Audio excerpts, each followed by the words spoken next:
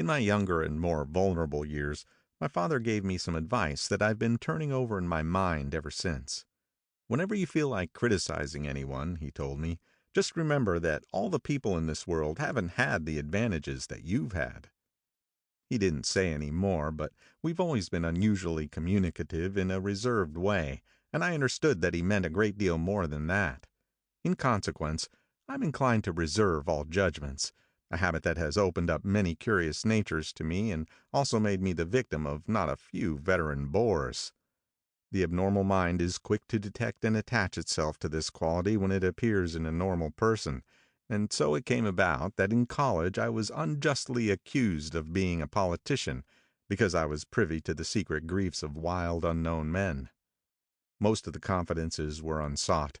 Frequently I have feigned sleep, preoccupation, or a hostile levity when I realized by some unmistakable sign that a intimate revelation was quivering on the horizon. For the intimate revelations of young men, or at least the terms in which they express them, are usually plagiaristic and marred by obvious suppressions. Reserving judgments is a matter of infinite hope. I am still a little afraid of missing something if I forget that, as my father snobbishly suggested, and I snobbishly repeat, a sense of the fundamental decencies is parceled out unequally at birth. And after boasting this way of my tolerance, I come to the admission that it has a limit.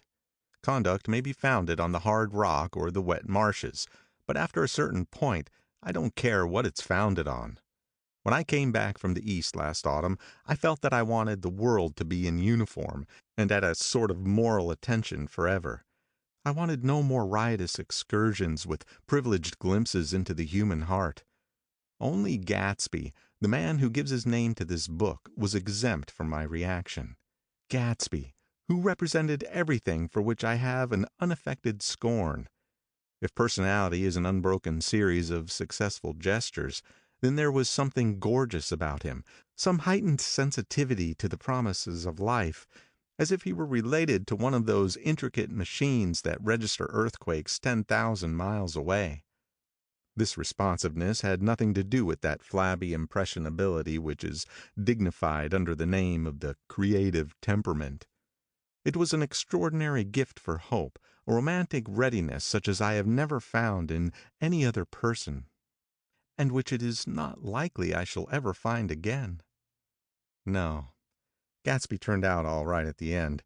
It is what preyed on Gatsby, what foul dust floated in the wake of his dreams that temporarily closed out my interest in the abortive sorrows and short-winded elations of men. My family have been prominent, well-to-do people in this Middle Western city for 3 generations. The Carraways are something of a clan, and we have a tradition that we're descended from the Dukes of Buccleuch, but the actual founder of my line was my grandfather's brother, who came here in '51, sent a substitute to the Civil War, and started the wholesale hardware business that my father carries on today. I never saw this great uncle, but I'm supposed to look like him, with special reference to the rather hard-boiled painting that hangs in father's office. I graduated from New Haven in 1915, just a quarter of a century after my father, and a little later I participated in that delayed Teutonic migration known as the Great War. I enjoyed the counter-raid so thoroughly that I came back restless. Instead of being the warm center of the world, the Middle West now seemed like a ragged edge of the universe. So I decided to go east and learn the bond business. Everybody I knew was in the bond business, so I supposed it could support one more single man. All my aunts and uncles talked it over as if they were choosing a prep school for me, and finally said, "Why, yes," with very grave, hesitant faces. Father agreed to finance me for a year, and after various delays I came east, permanently, I thought, in the spring of '22. The practical thing was to find rooms in the city, but it was a warm season and I had just left a country of wide lawns and friendly trees, so when a young man at the office suggested that we take a house together in a commuting town, it sounded like a great idea. He found the house, a weather-beaten cardboard bungalow at $80 a month, but at the last minute the firm ordered him to Washington, and I went out to the country alone. I had a dog, at least I had him for a few days until he ran away, and an old Dodge and a Finnish woman who made my bed and cooked breakfast and muttered Finnish wisdom to herself over the electric stove. It was lonely for a day or so, until one morning some man, more recently arrived than I, stopped me on the road. "How do you get to West Egg Village?" he asked helplessly. I told him, and as I walked on, I was lonely no longer. I was a guide, a pathfinder, an original settler. He had casually conferred on me the freedom of the neighborhood. And so, with the sunshine and the great bursts of leaves growing on the trees, just as things grow in fast movies, I had that familiar conviction that life was beginning over again with the summer. There was so much to read, for one thing, and so much fine health to be pulled down out of the young, breath-giving air. I bought a dozen volumes on banking and credit and investment securities, and they stood on my shelf in red and gold like new money from the mint, promising to unfold the shining secrets that only Midas and Morgan and Maecenas knew. And I had the high intention of reading many other books besides. I was rather literary in college. One year I wrote a series of very solemn and obvious editorials for the Yale News. And now I was going to bring back all such things into my life and become again that most limited of all specialists, the well-rounded man. This isn't just an epigram. Life is much more successfully looked at from a single window, after all. It was a matter of chance that I should have rented a house in one of the strangest communities in North America. It was on that slender, riotous island which extends itself due east of New York, and where there are, among other natural curiosities, two unusual formations of land. 20 miles from the city, a pair of enormous eggs, identical in contour and separated only by a courtesy bay, jut out into the most domesticated body of salt water in the Western Hemisphere, the great wet barnyard of Long Island Sound. They are not perfect ovals, like the egg in the Columbus story. They are both crushed flat at the contact end, but their physical resemblance must be a source of perpetual wonder to the gulls that fly overhead. To the wingless, a more interesting phenomena is their dissimilarity in every particular, except shape and size. I lived at West Egg, the less fashionable of the two, though this is a most superficial tag to express the bizarre and not a little sinister contrast between them. My house was at the very tip of the egg, only 50 yards from the Sound, and squeezed between two huge places that rented for $12,000 or $15,000 a season. The one on my right was a colossal affair by any standard. It was a factual imitation of some Hôtel de Ville in Normandy, with a tower on one side spanking new under a thin beard of raw ivy, and a marble swimming pool, and more than 40 acres of lawn and garden. It was Gatsby's mansion, or rather, as I didn't know Mr. Gatsby, it was a mansion inhabited by a gentleman of that name. My own house was an eyesore, but it was a small eyesore, and it had been overlooked, so I had a view of the water, a partial view of my neighbor's lawn, and the consoling proximity of millionaires, all for $80 a month. Across the courtesy bay, the white palaces of fashionable East Egg glittered along the water, and the history of the summer really begins on the evening I drove over there to have dinner with the Tom Buchanans.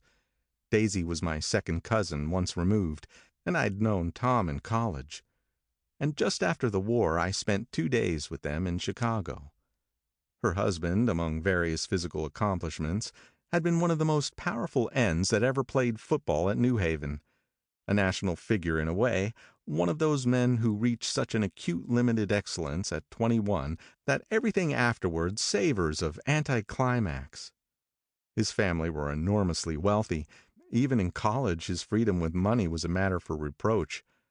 But now he'd left Chicago and come east in a fashion that rather took your breath away. For instance, he'd brought down a string of polo ponies from Lake Forest. It was hard to realize that a man in my own generation was wealthy enough to do that. Why they came east, I don't know. They had spent a year in France for no particular reason, and then drifted here and there unrestfully wherever people played polo and were rich together. This was a permanent move, said Daisy over the telephone. but I didn't believe it. I had no sight into Daisy's heart, but I felt that Tom would drift on, forever seeking, a little wistfully, for that dramatic turbulence of some irrecoverable football game. And so it happened that on a warm, windy evening I drove over to East Egg to see two old friends whom I scarcely knew at all. Their house was even more elaborate than I expected, a cheerful red and white Georgian colonial mansion overlooking the bay. The lawn started at the beach and ran towards the front door for a quarter of a mile, jumping over sundials and brick walks and burning gardens. Finally, when it reached the house, drifting up the side in bright vines, as though from the momentum of its run.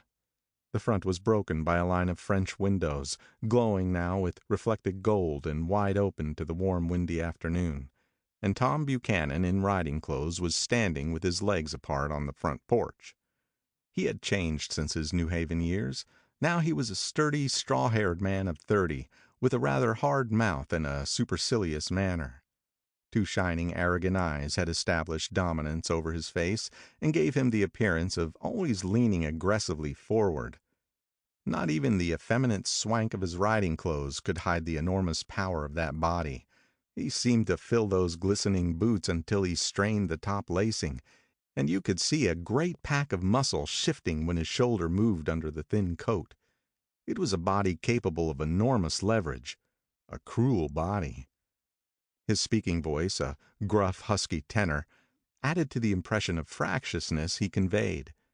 There was a touch of paternal contempt in it, even toward people he liked, and there were men in New Haven who had hated his guts. "Now, don't think my opinion on these matters is final," he seemed to say, "just because I'm stronger and more of a man than you are." We were in the same senior society, and while we were never intimate, I always had the impression that he had approved of me and wanted me to like him with some harsh, defiant wistfulness of his own. We talked for a few minutes on the sunny porch. "I've got a nice place here," he said, his eyes flashing about restlessly. Turning me around by one arm, he moved a broad, flat hand along the front vista, including in its sweep a sunken Italian garden, a half-acre of deep, pungent roses, and a snub-nosed motor-boat that bumped the tide offshore. "It belonged to Demain, the oil man." He turned me around again, politely and abruptly. "We'll go inside." He walked through a high hallway into a bright rosy-colored space, fragilely bound into the house by French windows at either end. The windows were ajar and gleaming white against the fresh grass outside that seemed to grow a little way into the house. A breeze blew through the room, blew curtains in at one end and out the other like pale flags, twisting them up toward the frosted wedding cake of the ceiling, and then rippled over the wine-colored rug, making a shadow on it as wind does on the sea. The only completely stationary object in the room was an enormous couch on which two young women were buoyed up as though upon an anchored balloon. They were both in white, and their dresses were rippling and fluttering as if they had just been blown back in after a short flight around the house. I must have stood for a few moments listening to the wisp and snap of the curtains and the groan of a picture on the wall. Then there was a boom as Tom Buchanan shut the rear windows, and the caught wind died out about the room, and the curtains and the rugs and the two young women ballooned slowly to the floor. The younger of the two was a stranger to me. She was extended full length at her end of the divan, completely motionless, and with her chin raised a little, as if she were balancing something on it which was quite likely to fall. If she saw me out of the corner of her eyes, she gave no hint of it. Indeed, I was almost surprised into murmuring an apology for having disturbed her by coming in. The other girl, Daisy, made an attempt to rise. She leaned slightly forward with a conscientious expression. Then she laughed, an absurd, charming little laugh, and I laughed too and came forward into the room. "I'm paralyzed with happiness." She laughed again as if she said something very witty, and held my hand for a moment, looking up into my face, promising that there was no one in the world she so much wanted to see. That was a way she had. She hinted in a murmur that the surname of the balancing girl was Baker. I've heard it said that Daisy's murmur was only to make people lean toward her, an irrelevant criticism that made it no less charming. At any rate, Miss Baker's lips fluttered. She nodded at me almost imperceptibly, and then quickly tipped her head back again. The object she was balancing had obviously tottered a little, and given her something of a fright. Again a sort of apology arose to my lips. Almost an exhibition of complete self-sufficiency draws a stunned tribute from me. I looked back at my cousin, who began to ask me questions in her low, thrilling voice. It was the kind of voice that the ear follows up and down, as if each speech is an arrangement of notes that will never be played again. Her face was sad and lovely, with bright things in it, bright eyes and a bright, passionate mouth. But there was an excitement in her voice that men who had cared for her found difficult to forget. A singing compulsion, a whispered, "Listen," a promise that she had done gay, exciting things just a while since, and that there were gay, exciting things hovering in the next hour. I told her how I had stopped off in Chicago for a day on my way east, and how a dozen people had sent their love through me. "Do they miss me?" she cried ecstatically. "The whole town is desolate. All the cars have left rear wheel painted black as a mourning wreath, and there's a persistent wail all night along the North Shore." "How gorgeous! Let's go back, Tom, tomorrow." Then she added irrelevantly, "You ought to see the baby." "I'd like to." "She's asleep. She's 3 years old. Haven't you ever seen her?" "Never." "Well, you ought to see her. She's—" Tom Buchanan, who had been hovering restlessly about the room, stopped and rested his hand on my shoulder. "What are you doing, Nick?" "I'm a bond man." "Who with?" I told him. "Never heard of them," he remarked decisively. This annoyed me. "You will," I answered shortly. "You will if you stay in the East." "Oh, I stay in the East, don't you worry," he said, glancing at Daisy and then back at me, as if he were alert for something more. "I'd be a goddamn fool to live anywhere else." At this point Miss Baker said, "Absolutely," with such suddenness that I started. It was the first word she had uttered since I came into the room. Evidently it surprised her as much as it did me, for she yawned and, with a series of rapid, deft movements, stood up into the room. "I'm stiff," she complained. "I've been lying on that sofa for as long as I can remember." "Don't look at me," Daisy retorted. "I've been trying to get you to New York all afternoon."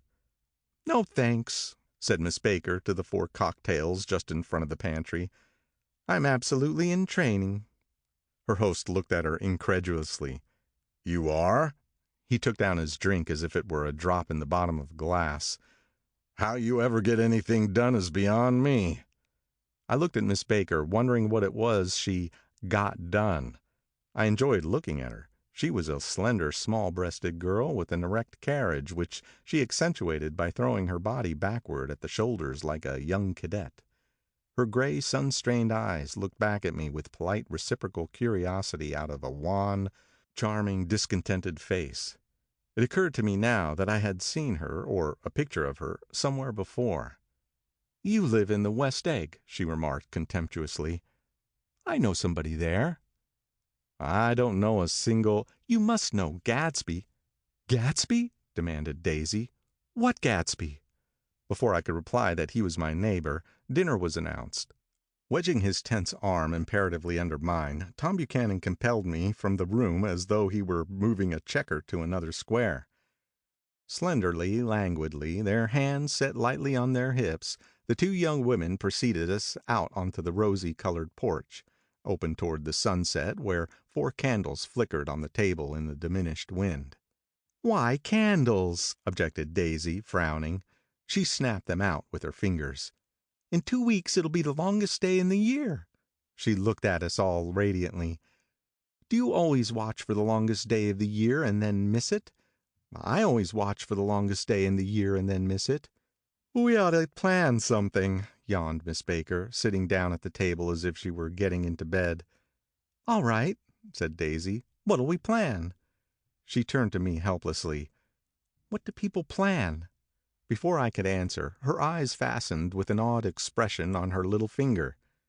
"Look," she complained. "I heard it." We all looked. The knuckle was black and blue. "You did it, Tom," she said accusingly. "I know you didn't mean to, but you did do it." That's what I get for marrying a brute of a man, a great big hulking physical specimen of a—" "I hate that word hulking," objected Tom crossly, "even in kidding." "Hulking," insisted Daisy. Sometimes she and Miss Baker talked at once, unobtrusively, and with a bantering inconsequence that was never quite chatter, that was as cool as their white dresses and their impersonal eyes in the absence of all desire.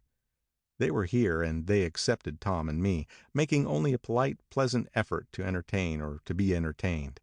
They knew that presently dinner would be over, and a little later the evening too would be over and casually put away. It was sharply different from the West, where an evening was hurried from phase to phase toward its close, in a continually disappointed anticipation, or else in sheer nervous dread of the moment itself. "You make me feel uncivilized, Daisy," I confessed on my second glass of corky but rather impressive claret. "Can you talk about crops or something?" I meant nothing in particular by this remark, but it was taken up in an unexpected way. "Civilization's going to pieces," broke out Tom violently. "I've gotten to be a terrible pessimist about things. Have you read The Rise of the Colored Empires by this man Goddard?" "Why, no," I answered, rather surprised by his tone. "Well, it's a fine book, and everybody ought to read it. The idea is, if we don't look out, the white race will be utterly submerged. It's all scientific stuff. It's been proved."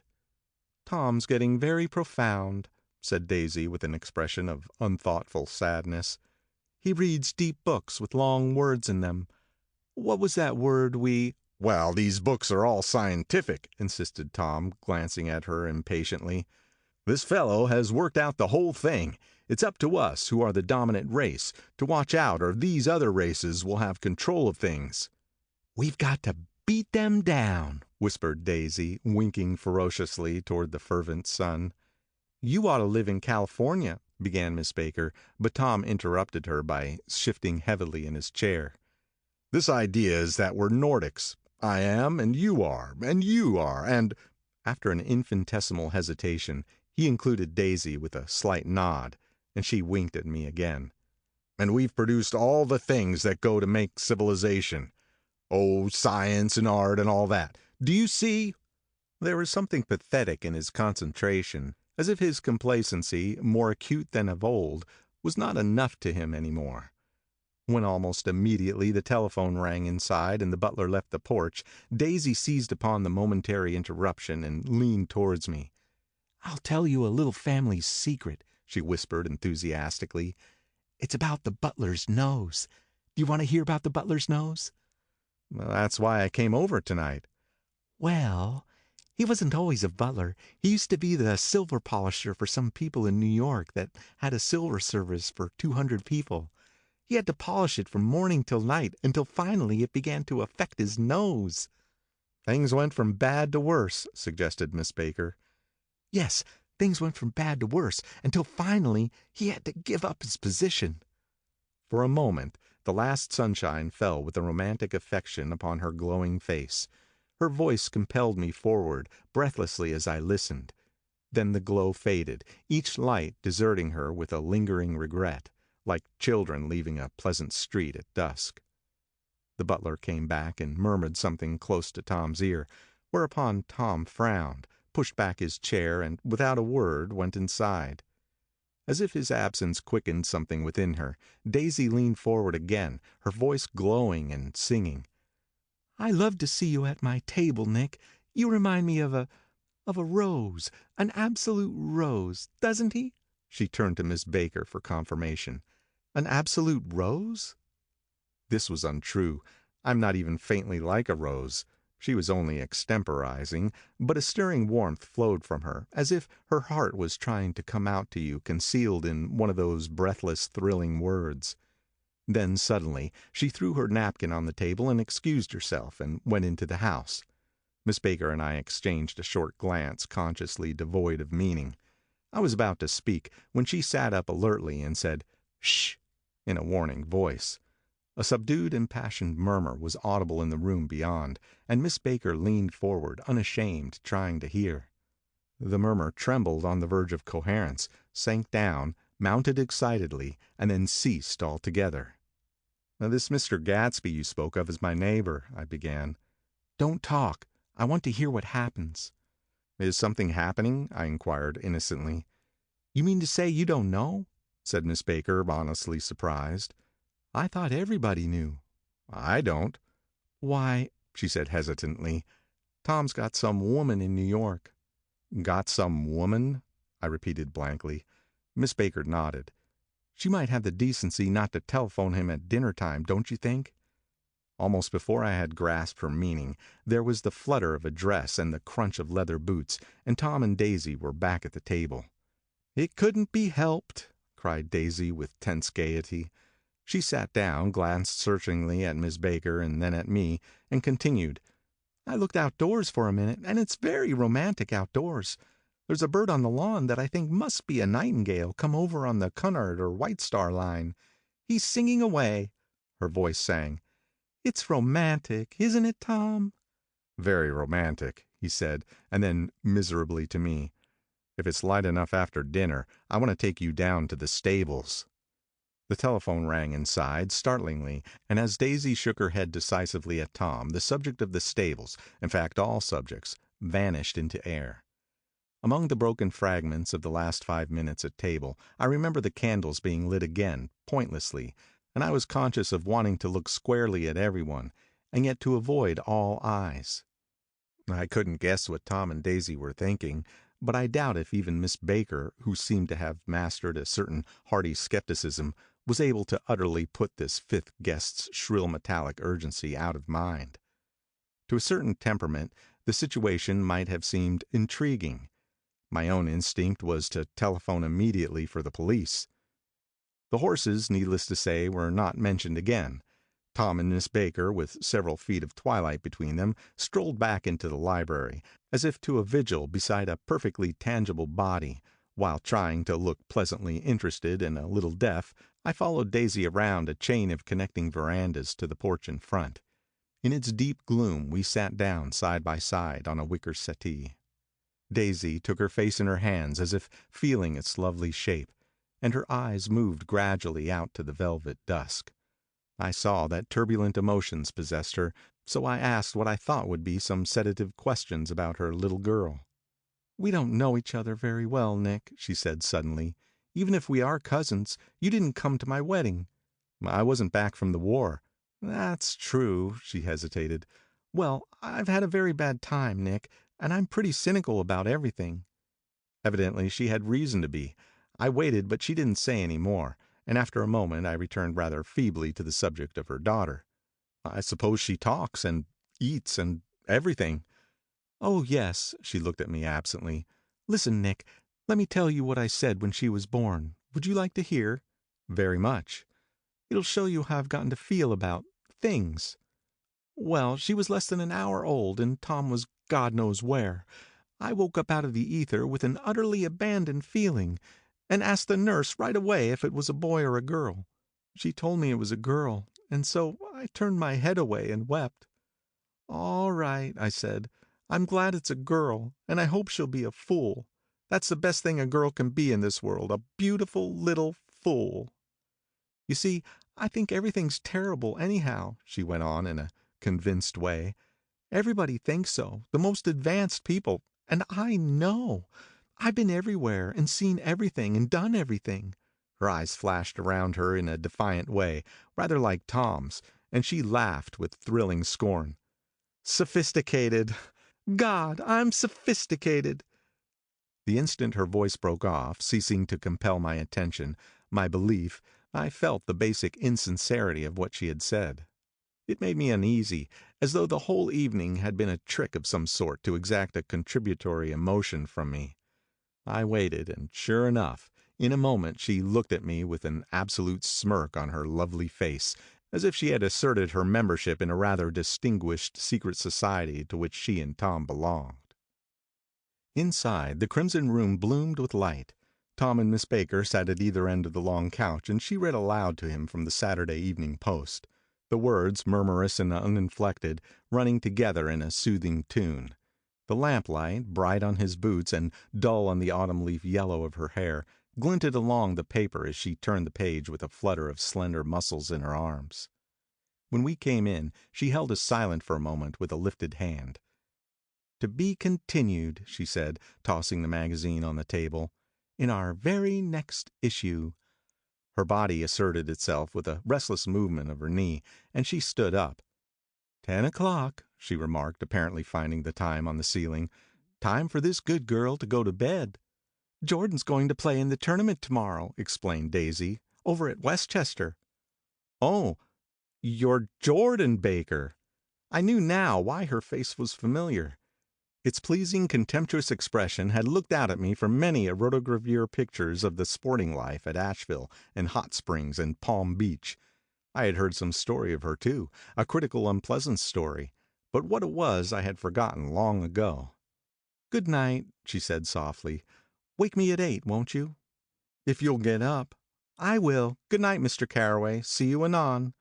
"Of course you will," confirmed Daisy. "In fact, I think I'll arrange a marriage. Come over often, Nick, and I'll sort of, fling you together. You know, lock you up accidentally in linen closets and push you out to sea in a boat and all that sort of thing." "Good night," called Miss Baker from the stairs. "I haven't heard a word." "She's a nice girl," said Tom after a moment. "They oughtn't to let her run around the country this way." "Who oughtn't to?" inquired Daisy coldly. "Her family." "Her family is one aunt about 1,000 years old. Besides, Nick's going to look after her, aren't you, Nick? She's going to spend lots of weekends out here this summer. I think the home influence will be very good for her." Daisy and Tom looked at each other for a moment in silence. "Is she from New York?" I asked quickly. "From Louisville. Our white girlhood was passed together there, our beautiful white—" "Did you give Nick a little heart-to-heart talk on the veranda?" demanded Tom suddenly. "Did I?" She looked at me. "I can't seem to remember, but I think we talked about the Nordic race. Yes, I'm sure we did. It sort of crept up on us, and first thing you know—" "Don't believe everything you hear, Nick," he advised me. I said lightly that I had heard nothing at all, and a few minutes later I got up to go home. They came to the door with me and stood side by side in a cheerful square of light. As I started my motor, Daisy peremptorily called, "Wait! I forgot to ask you something, and it's important. We heard you were engaged to a girl out west." "That's right," corroborated Tom kindly. "We heard that you were engaged." "It's a libel. I'm too poor." "But we heard it," insisted Daisy, surprising me by opening up again in a flower-like way. "We heard it from 3 people, so it must be true." Of course I knew what they were referring to, but I wasn't even vaguely engaged. The fact that gossip had published the banns was one of the reasons I had come east. You can't stop going with an old friend on account of rumors. And on the other hand, I had no intention of being rumored into marriage. Their interest rather touched me and made them less remotely rich. Nevertheless, I was confused and a little disgusted as I drove away. It seemed to me that the thing for Daisy to do was to rush out of the house, child in arms, but apparently there were no such intentions in her head. As for Tom, the fact that he had some woman in New York was really less surprising than that he had been depressed by a book.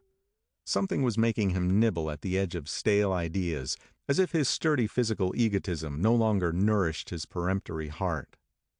Already it was deep summer on roadhouse roofs and in front of wayside garages, where new red petrol pumps sat out in pools of light, and when I reached my estate at West Egg, I ran the car under its shed and sat for a while on an abandoned grass roller in the yard.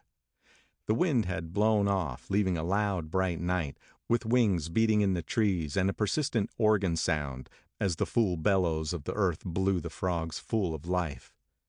The silhouette of a moving cat wavered across the moonlight, and turning my head to watch it, I saw that I was not alone.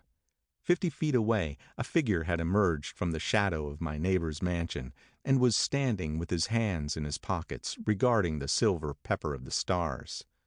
Something in his leisurely movements and the secure position of his feet upon the lawn suggested that it was Mr. Gatsby himself, come out to determine what share was his of our local heavens. I decided to call to him. Miss Baker had mentioned him at dinner, and that would do for an introduction.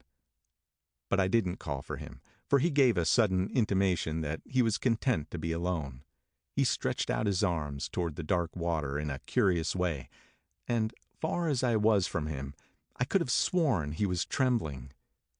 Involuntarily I glanced seaward, and distinguished nothing except a single green light, minute and far away, that might have been the end of a dock. When I looked once more for Gatsby, he had vanished, and I was alone again in the unquiet darkness. About halfway between West Egg and New York, the motor road hastily joins the railroad and runs beside it for a quarter of a mile, so as to shrink away from a certain desolate area of land.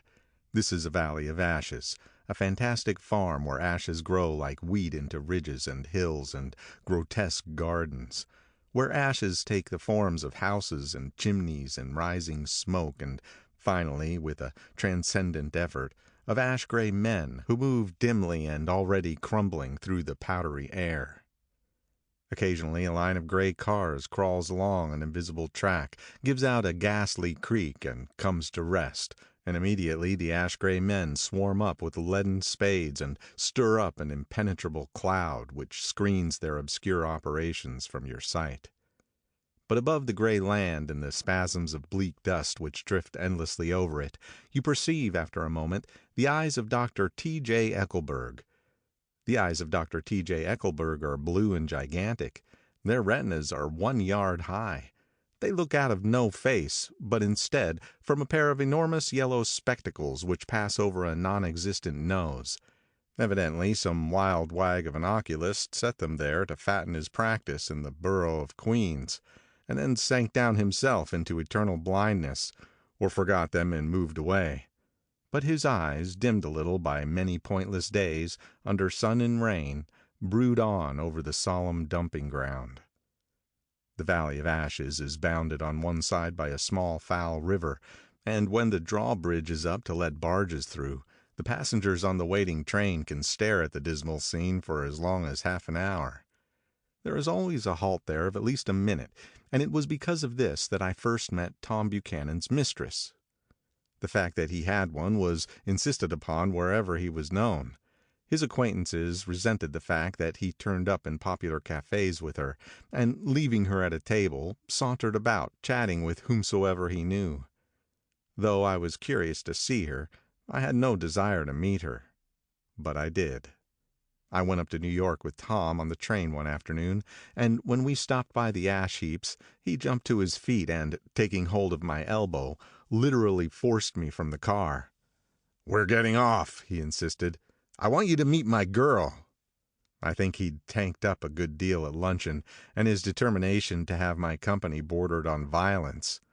The supercilious assumption was that on Sunday afternoon I had nothing better to do. I followed him over a low whitewashed railroad fence, and we walked back 100 yards along the road under Dr. Eckelberg's persistent stare.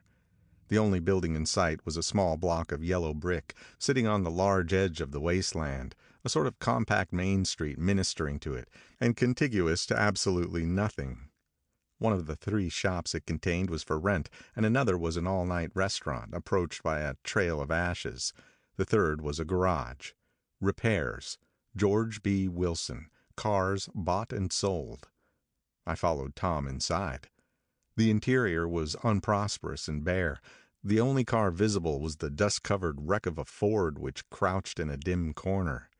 It had occurred to me that this shadow of a garage must be a blind, and that sumptuous and romantic apartments were concealed overhead, when the proprietor himself appeared in the door of an office, wiping his hands on a piece of waste. He was a blond, spiritless man, anemic and faintly handsome. When he saw us, a damp gleam of hope sprang into his light blue eyes. "Hello, Wilson, old man," said Tom, slapping him jovially on the shoulder. "How's business?" "I can't complain," answered Wilson unconvincingly. "When are you going to sell me that car?" "Next week. I've got my man working on it now." "Works pretty slow, don't he?" "No, he doesn't," said Tom coldly. "And if you feel that way about it, maybe I better sell it somewhere else after all." "I don't mean that," explained Wilson quickly.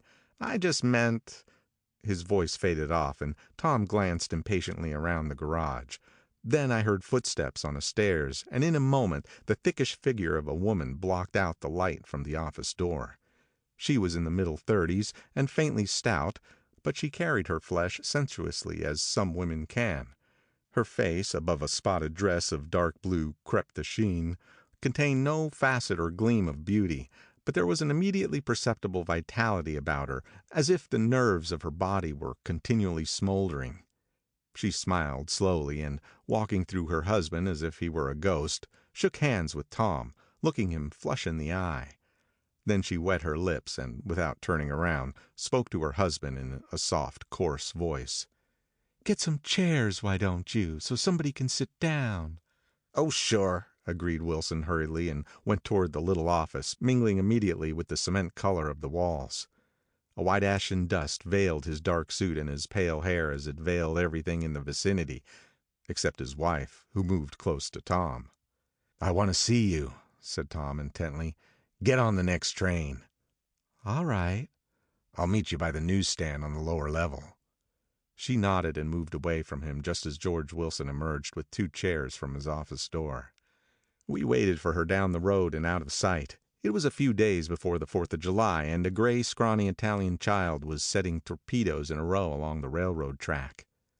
"Terrible place, isn't it?" said Tom, exchanging a frown with Dr. Eckelberg. "Awful. It does her good to get away." "Doesn't her husband object?" "Wilson? He thinks she goes to see her sister in New York. He's so dumb, he doesn't know he's alive." So Tom Buchanan and his girl and I went up together to New York. Or not quite together, for Mrs. Wilson sat discreetly in another car. Tom deferred that much to the sensibilities of those East Eggers who might be on the train. She had changed her dress to a brown-figured muslin, which stretched tight over her rather wide hips as Tom helped her to the platform in New York.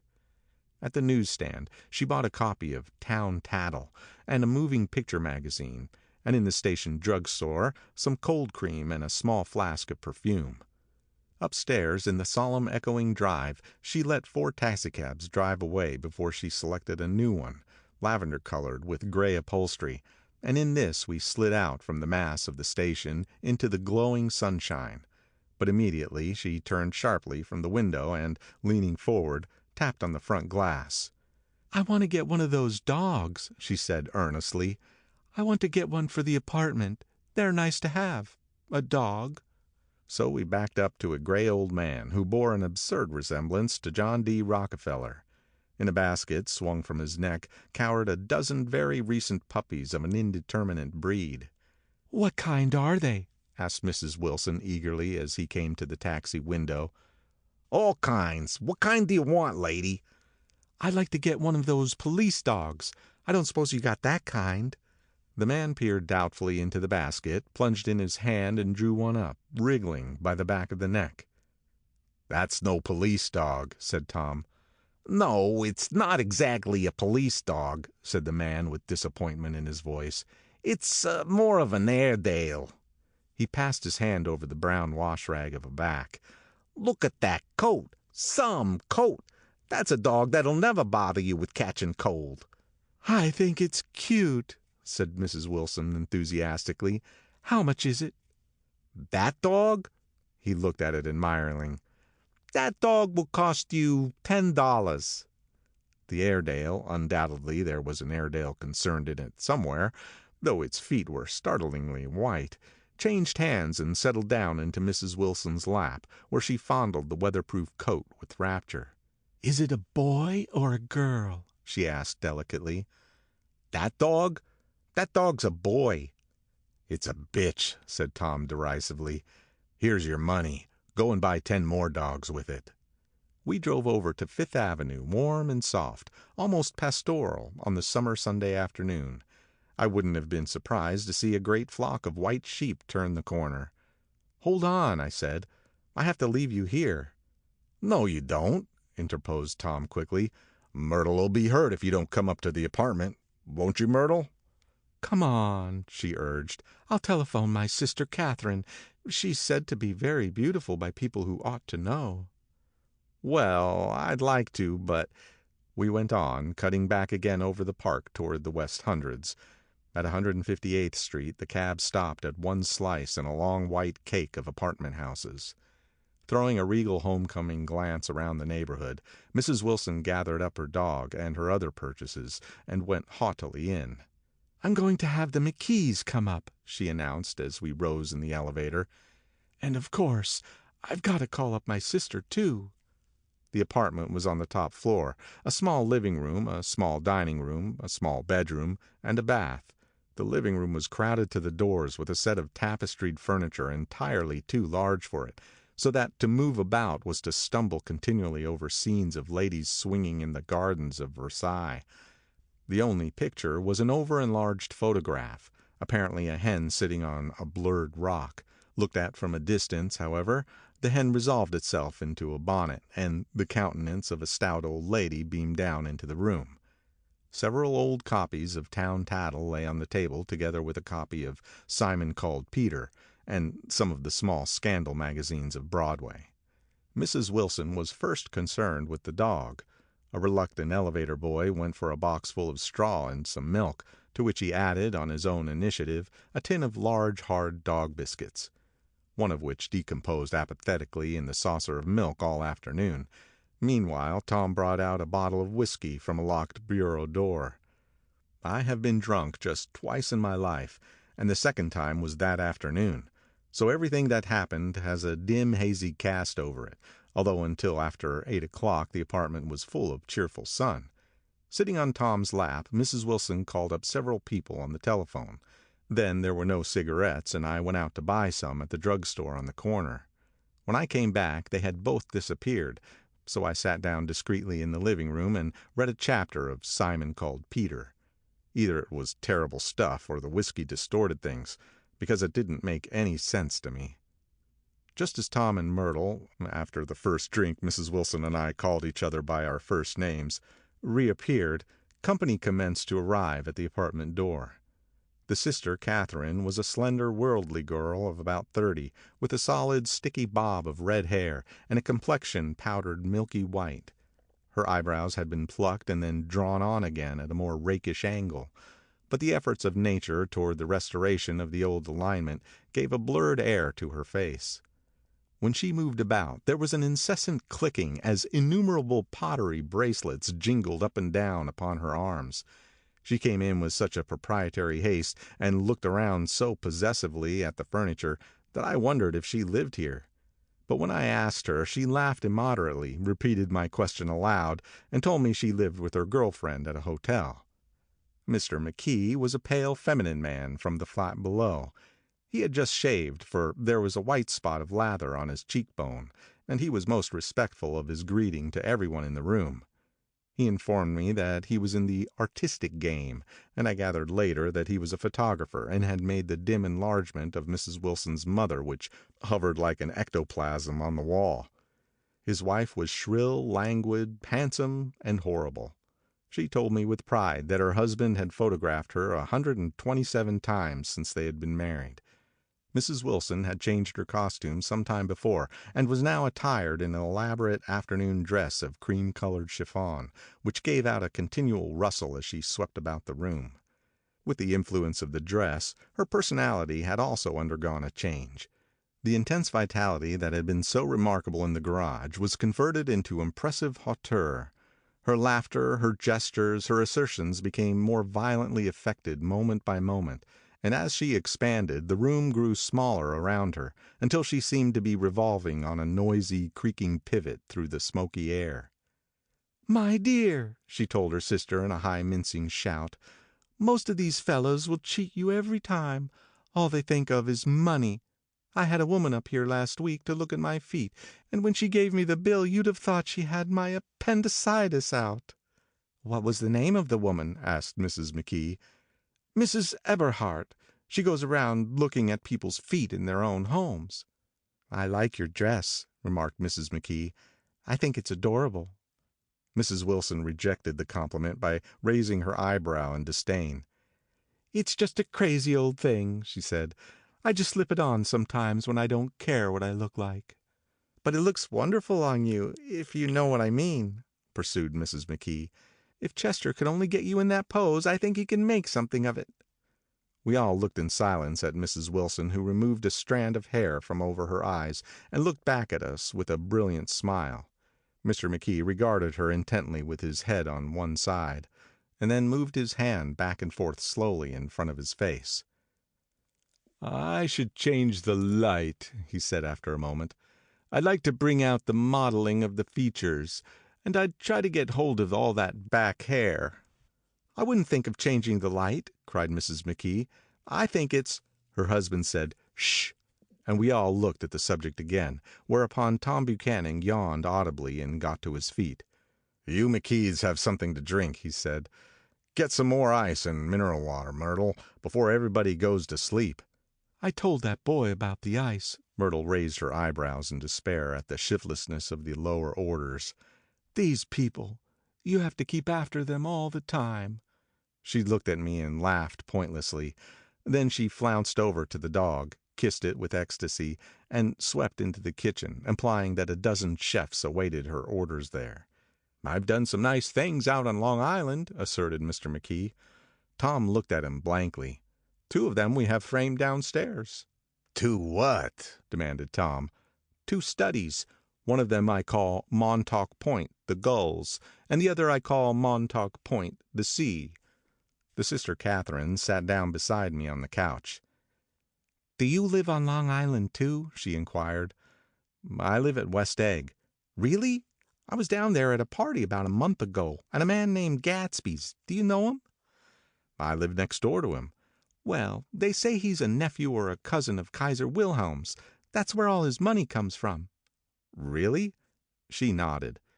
"I'm scared of him. I'd hate to have him get anything on me." This absorbing information about my neighbor was interrupted by Mrs. McKee's pointing suddenly at Catherine. "Chester, I think you could do something with her," she broke out, but Mr. McKee only nodded in a bored way, and turned his attention to Tom. "I'd like to do more work on Long Island if I could get the entry. All I ask is that they should give me a start." "Ask Myrtle," said Tom, breaking into a short shout of laughter as Mrs. Wilson entered with a tray. "She'll give you a letter of introduction, won't you, Myrtle?" "Do what?" she asked, startled. "You'll give McKee a letter of introduction to your husband so he can do some studies on him." His lips moved silently for a moment as he invented George B. Wilson at the gasoline pump, or something like that. Catherine leaned close to me and whispered in my ear, "Neither of them can stand the person they're married to." "Can't they?" "Can't stand them." She looked at Myrtle and then at Tom. "What I say is, why go on living with them if they can't stand them? If I was them, I'd get a divorce and get married to each other right away." "Doesn't she like Wilson either?" The answer to this was unexpected. It came from Myrtle, who had overheard the question, and it was violent and obscene. "You see," cried Catherine triumphantly. She lowered her voice again. "It's really his wife that keeps them apart. She's a Catholic, and they don't believe in divorce." Daisy was not a Catholic, and I was a little shocked at the elaborateness of the lie. "When they do get married," continued Catherine, "they're going west to live for a while until it blows over." "It'd be more discreet to go to Europe." "Oh, you like Europe?" she exclaimed surprisingly. "I just got back from Monte Carlo." "Really?" "Just last year. I went over there with another girl." "Stay long?" "No, we just went to Monte Carlo and back. We went by way of Marseille. We had over $1,200 when we started, but we got gypped out of it all in 2 days in the private rooms. We had an awful time getting back, I can tell you. God, how I hated that town." The late afternoon sky bloomed in the window for a moment like the blue honey of the Mediterranean. Then the shrill voice of Mrs. McKee called me back into the room. "I almost made a mistake, too," she declared vigorously. "I almost married a little kike who'd been after me for years. I knew he was below me. Everybody kept saying to me, 'Lucille, that man's way below you.' But if I hadn't met Chester, he'd have got me for sure." "Yes, but listen," said Myrtle Wilson, nodding her head up and down. "At least you didn't marry him." "I know I didn't." "Well, I married him," said Myrtle ambiguously, "and that's the difference between your case and mine." "Why did you, Myrtle?" demanded Catherine. "Nobody forced you to." Myrtle considered. "I married him because I thought he was a gentleman," she said finally. "I thought he knew something about breeding, but he wasn't fit to lick my shoe." You were crazy about him for a while," said Catherine. "Crazy about him!" cried Myrtle incredulously. "Who said I was crazy about him? I never was any more crazy about him than I was about that man there." She pointed suddenly at me, and everyone looked at me accusingly. I tried to show by my expression that I expected no affection. "The only crazy I was when I married him. I knew right away I made a mistake. He borrowed somebody's best suit to get married in and never told me about it, and the man came after it one day when he was out. 'Oh, is that your suit?' I said. This is the first I ever heard about it, but I gave it to him, and then I lay down and cried to beat the band all afternoon." "She really ought to get away from him," resumed Catherine to me. "They've been living over that garage for 11 years, and Tom's the first sweetie she ever had." The bottle of whiskey, a second one, was now in constant demand by all present, excepting Catherine, who felt just as good on nothing at all. Tom rang for the janitor and sent him for some celebrated sandwiches, which were a complete supper in themselves. I wanted to get out and walk eastward toward the park through the soft twilight, but each time I tried to go I became entangled in some wild, strident argument which pulled me back, as if with ropes, into my chair. Yet high over the city our line of yellow windows must have contributed their share of human secrecy to the casual watcher in the darkening streets, and I saw him, too, looking up and wondering. I was within and without, simultaneously enchanted and repelled by the inexhaustible variety of life. Myrtle pulled her chair close to mine, and suddenly her warm breath poured over me the story of her first meeting with Tom. "It was on the two little seats facing each other that are always the last ones left on the train. I was going up to New York to see my sister and spend the night. He had on a dress suit and patent leather shoes, and I couldn't keep my eyes off him. But every time he looked at me I had to pretend to be looking at the advertisement over his head. When we came into the station he was next to me, and his white shirt front pressed against my arm, and so I told him I'd have to call a policeman. But he knew I lied. I was so excited that when I got into the taxi with him I didn't hardly know I wasn't getting into a subway train. All I kept thinking about over and over was, 'You can't live forever, you can't live forever.'" She turned to Mrs. McKee, and the room rang full of her artificial laughter. "My dear," she cried, "I'm going to give you this dress as soon as I'm through with it. I've got to get another one tomorrow. I'm going to make a list of all the things I've got to get.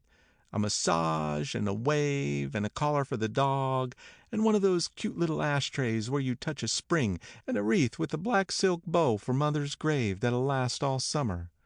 I've got to write down a list so I won't forget all the things I got to do."